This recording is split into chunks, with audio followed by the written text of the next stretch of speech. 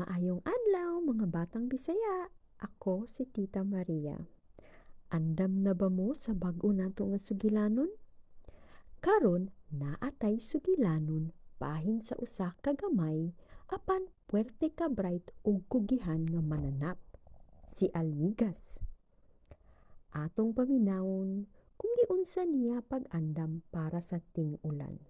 Sugdan na nato. Sa tunga-tunga sa usa ka dako nga tanuman, naay usa ka gamay nga almigas.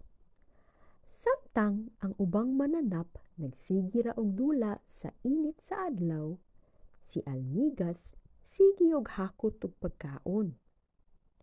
Niagi si Tipaklong og nikatawa. Ha ha ha ha! Almigas, ngano sige man ka og trabaho? Tanawa ang adlaw, puwerte ka lami idula. Sulti ni Tipaklong. Nitubag si Almigas. Nag-andam ko para sa ting-ulan. Kung dili ko magkuhit og pagkaon karon, gutomon ko unya. Pero wala naminaw si Tipaklong. Nibalik ra siya og kanta-kanta.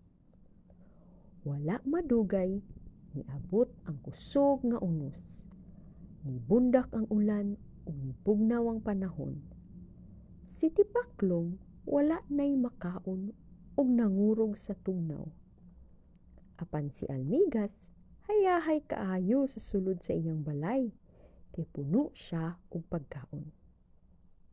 Naluoy si Almigas. Mao nga iyang gipasilong si Tipaklong.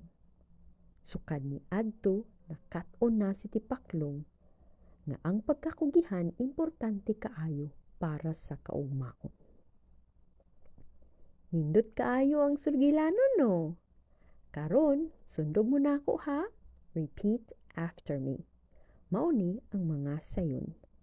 Unos. Unos. Heavy storm. Ulan. Ulan. Rain. Balay. Balay. House. Mauni ang mga lisod. Kugihan. Kugihan. Hard working. Kaugmaon. Ka-ug-ma-on. Future. Pagkaon. Pagkaon. Food. Wow, maayo kaayo. Salamat sa pagpaminaw sa Batang Bisaya. Magpabilin kitang kugihan sa pagkat-on sa atong pinulungan. Bye!